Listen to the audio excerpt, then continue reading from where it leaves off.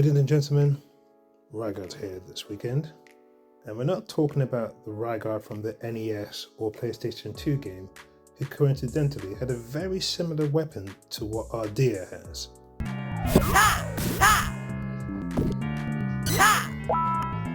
No, we're talking about RYGAR, the Nightmare Lord. So this is what he looks like. With all the other heroes in this game, his character model is very cool, although that hammer is ridiculous. Just look at that thing. Anyway, got a hammer and an axe. Very cool.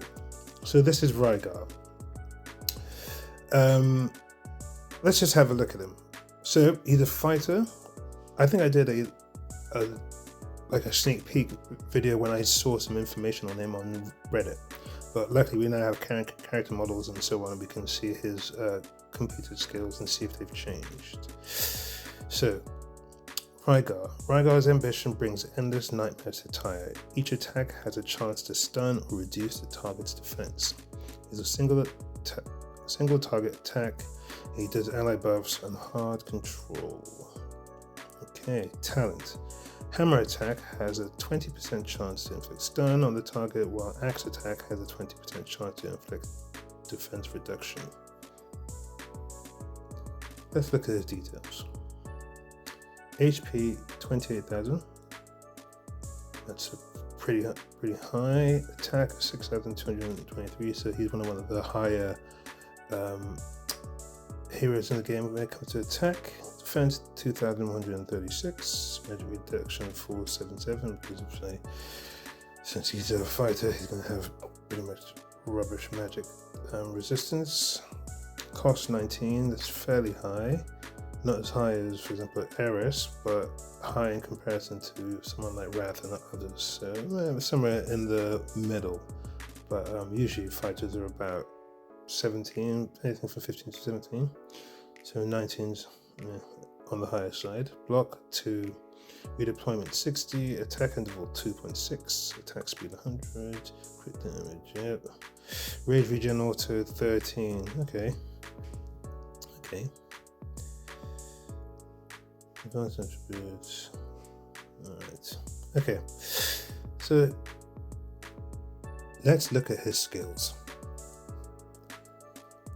Physical attack has a 40% chance to deal 40% chance to attack with a hammer and deal 100% damage, and a 40% chance to attack with an axe and deal 100% damage, and a 20% chance to use Warlord's Might, dealing 100% damage 2 times. Brute Strength passive. Warlord's Might ignores 15% of the target's defense. When Warlord's Might is triggered, increases attack by 2% for 10 seconds, stacks up to 3 times. Right, so Warlord Might has a 20% chance of being triggered, and when triggered, ignores 15% of the target's defense and increases attack by 2% for 10 seconds. Stacks up to 3 times. So you can have up to 6%, but actually, hold on, 2, 3, 4, 5. Okay, you can have up to a maximum of possibly 15% increase when fully scaled up. 15% increase at most for 30 seconds? Probably unlikely to be that, because each one can only last for 10 seconds. So there'll be a period my maths is not that good, at least not my off-head maths. Okay, that's cool. Calloused Hands. Every 70 seconds, resists 1 instance of damage. When triggered, increases damage by 15% for 10 seconds. Each time the hero deals damage, reduces the cooldown of this effect by 1 second. Okay, damage increase, cooldown seconds. 1 instance of damage. That doesn't sound like it's going to be very good against a large group of enemies. Okay. Right. Ultimate. So for the ultimate, Earth Shatterer. Basic attack is turned into Warlord's Might and doubles the chance of inflicting stun and reduction on targets. Every 3 attacks triggers an earthquake that deals 200% damage to 1 main target and 50% damage to up to 5 of the target's nearby enemies. Okay. Interesting.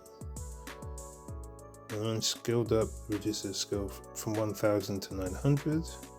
Earthquake damage increases. Earthquake damage to main target increases. Damage to main increase. Okay. Okay. And the Lord skill is Nightmare Power 3. Increases faction team members' basic attributes by 15%. Every time a faction team member is deployed, all deployed faction team members gain 5%, 10%, 20%, and 35% attack speed, respectively up to 35%.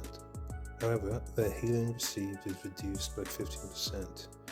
When RYGAR is a lord and the ultimate is triggered, faction team members gain buffs. Basic attack damage increased by 25%, and each basic attack restores 3% HP. The applied buffs last until the end of the ultimate. Right, let's have a quick look at Toreador and Wrath and have a look at their Lord skills, because I do not know them off head. Let's see.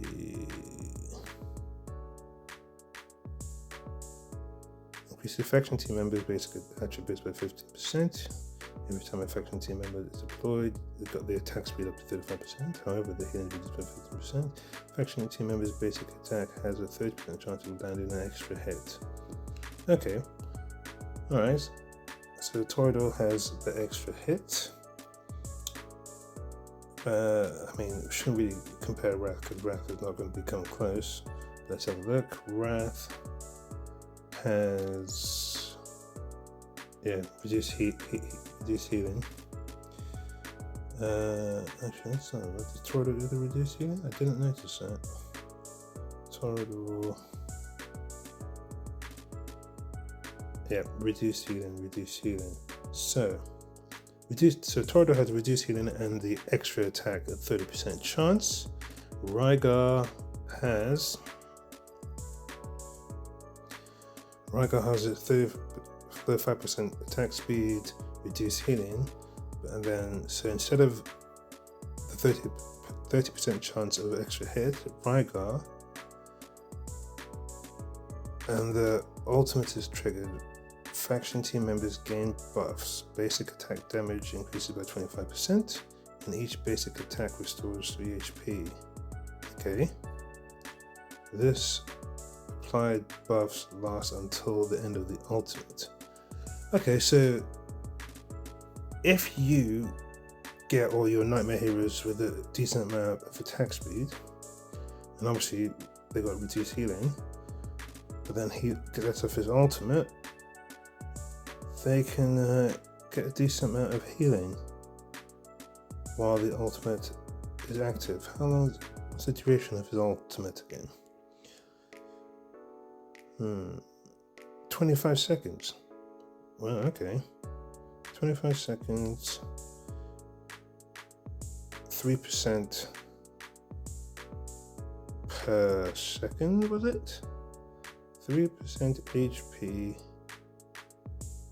Each basic attack does 3%. Oh, okay. Okay. Oh, okay. That's quite good. That's actually very, very good, actually. In terms of healing. It's not bad at all. Useful. Different to Toreador. Obviously, Toreador's got the extra hit, but he's got the healing, which obviously there is none in the Nightmare team except for Volker, I believe. Okay, that's quite cool. So he's coming this weekend. I don't know.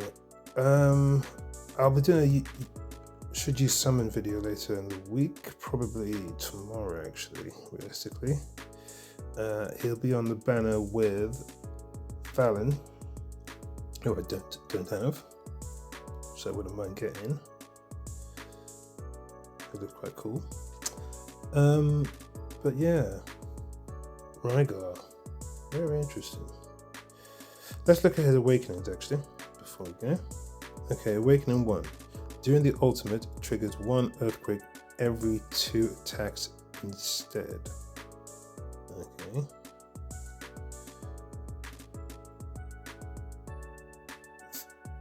Awaken 2 is attack plus 300. Increases faction team members' attack speed by 20. Awaken 3 increases the ultimate duration by 10 seconds, so from 25 to 35 seconds. Yeah, that's pretty good. Penetration 8% and increases the maximum stacks of brute strength attack increase by 2. Brute strength. Let's have a look at that. Okay, where is brute strength? Brute strength. Warlords might ignore 15%. Stacks up to 3 times, so it'd be 5 times. So instead of 15, it'll be 25%, I believe. At A5. And Warlords might ignore 15% of the target. Alright, 25%. A 40% chance to attack with that, 20% chance to do. Okay. Right, so as awakenings, realistically, I mean, getting a Lord to AV5 is pretty difficult. During the ultimate, so I think his key awakenings are awakening 1. During the ultimate, triggers 1 earthquake every 2 attacks instead. And awakening 3. And awakening 5. Yeah, I think it seems all of them are pretty decent. Obviously I don't have a test server, so I can't actually test out his damage or anything like that, but I'm sure one of the other content creators who have that will have a video out at some point. So just to look at his character model. What's with all the skulls? That's a lot of skulls, mate. That is a lot of skulls. Very cool though. Very cool. So it's him and Yuri this weekend. Nightmare for the win. Do you know what I think we need in this game? We definitely need some new factions. 2, possibly even 3. We're in year 2 now of this game. I would say that is definitely needed. Yeah. Anyway, that's it for this video, guys. Whatever you're doing, do it well. I'm Transient, and I'm out.